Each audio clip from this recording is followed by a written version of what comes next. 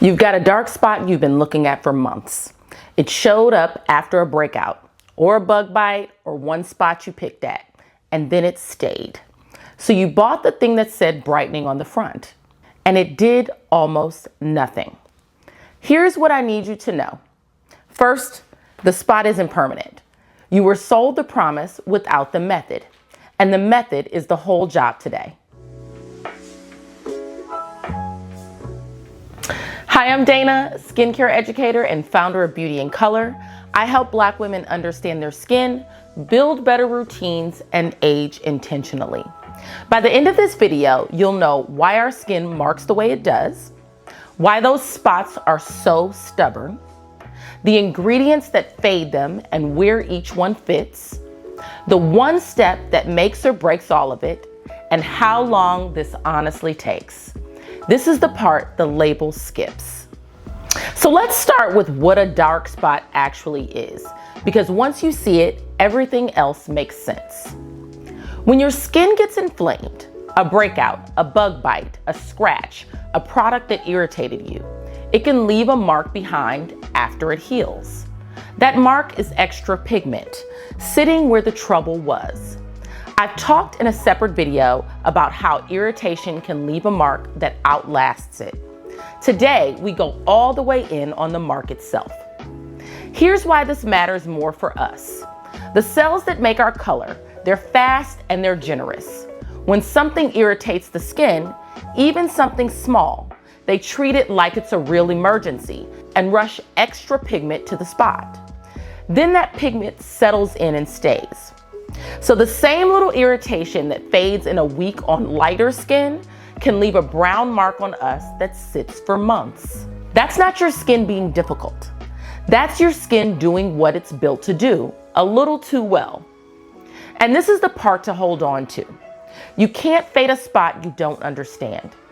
So before we name a single ingredient, you need to know how the spot got there and where it's sitting. That's what tells you what'll actually work. So why are these so stubborn? It comes down to one thing: depth. Your skin is always shedding its top layer and renewing it. When extra pigment sits up near the surface, that shed cycle slowly carries it out, which is why surface spots fade within time and the right help. But some of that pigment drops deeper into a layer below the shedding. And once it's down there, nothing's carrying it out. It just sits. That deep kind looks more gray than brown, and it's slow. Sometimes it barely moves at all. Your creams reach the surface pigment well. They barely reach the deep stuff. So part of what you're up against isn't the spot, it's how far it went down. Now, one more thing before we treat anything, because not every dark mark is the same, and treating the wrong one wastes months. What we've been describing, the mark left after a breakout or irritation, that's the most common one for us. There's a second kind that looks similar but isn't. It has a name: melasma. Symmetrical patches, usually across the cheeks or the forehead, tied to hormones and sun, and it comes and goes. That one's stubborn in its own way, and it's worth seeing a professional for, because the wrong approach can make it worse. And there's a third thing people mix up entirely: a mark that's pink or red instead of brown. That one isn't pigment at all. It's skin still healing underneath, and the fade ingredients we're about to talk about won't touch it. So look at your spot first. Brown and left behind by something specific. That's the one today is built for. Okay, what actually fades a dark spot?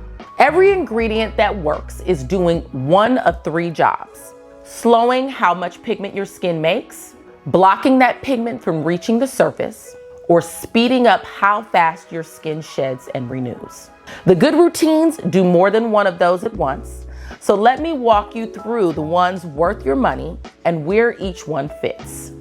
First is azelaic acid. This one slows pigment production, and it's clever about it. It goes after the cells that are overworking and leaves the rest of your skin alone. So it fades the spot, without lightening the skin around it, which matters for us because the last thing you want is to trade a dark spot for a light one. This is the one I reach for on my own face. Next, vitamin C. It interrupts pigment as it forms, and it does something extra.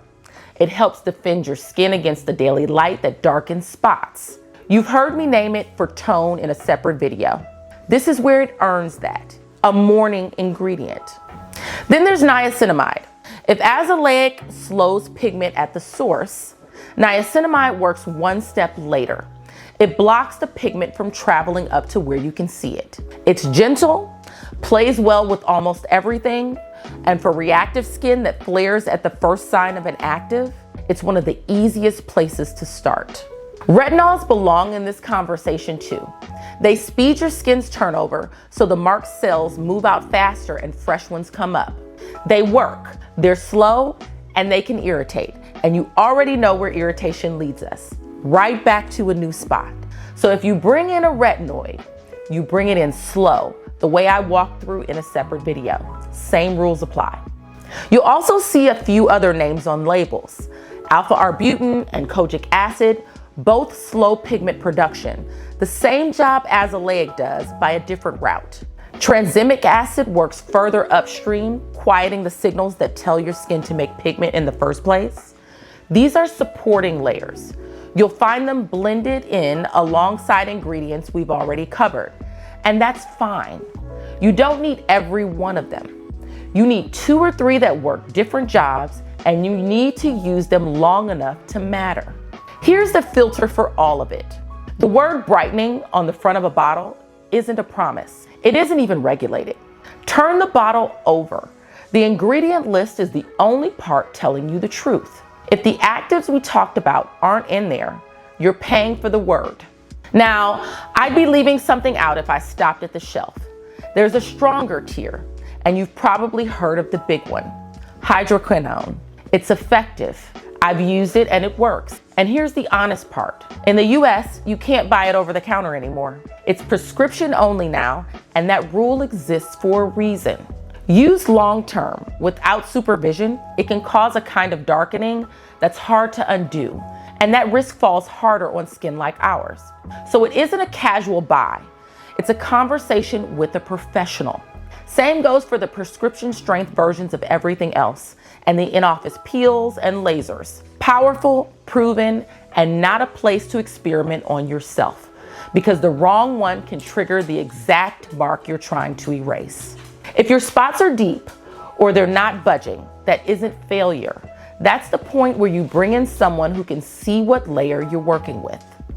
Everything I told you, every ingredient, every dollar depends on one step. And it's the one most people skip, sunscreen. Here's why it's not optional for fading. Light redarkens a spot faster than any ingredient can fade it. So if you're treating dark spots and you're not protecting them, you're filling a tub with the drain open. Sunscreen is what closes the drain. And there's a piece of this that's specific to fading.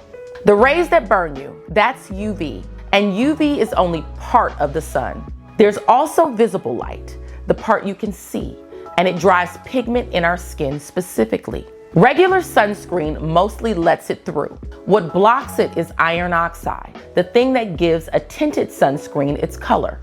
I've walked through how to choose a sunscreen that works on our skin in a separate video, so I won't rebuild that here. For dark spots, take this one piece. For us, tinted isn't about a glow. It's the version that guards against the light darkening your spots, and it covers the ones you've already got. Before we wrap up, here are 3 mistakes that keep people stuck so you can skip all 3. 1, going after the spot while the skin around it is still angry, still breaking out, still irritated. You can't fade and inflame at the same time. Calm the skin first, then fade, in that order. 2, skipping sunscreen or wearing a clear one and thinking you're covered. You're protected from burning. You're not protected from the light that's darkening your spots. 3, quitting at 3 weeks. This one breaks my heart because 3 weeks is nothing here. You're judging a months-long process by a moment. Give it the months. So how long does this honestly take? Months.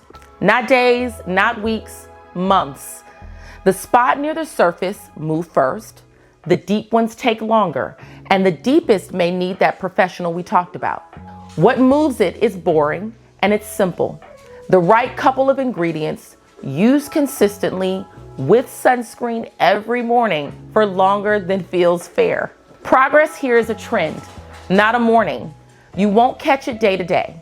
You'll catch it when you look at a photo from 2 months ago and the spot is quieter than it was.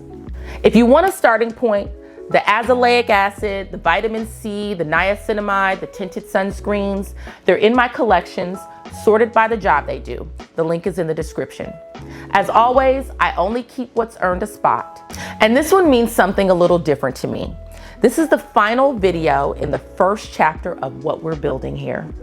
We began at the skin barrier, the foundation everything else depends on, and we built it from there, one layer at a time, all the way to this. The spots you've been wanting to fade since the very beginning. That's phase one. The groundwork is laid. This isn't where it ends, it's where the foundation finishes. But before we go on, I want to stop and thank you for showing up, for learning your skin, for trusting me to teach it. There's no version of this that exists without you. So tell me, what's the spot you're starting on? The one you've been staring at? Put it in the comments because someone else is starting on the same one and it helps to know you're not the only one. If this helped, subscribe and share it with someone who needs it. I am so glad you're here and I will see you next week.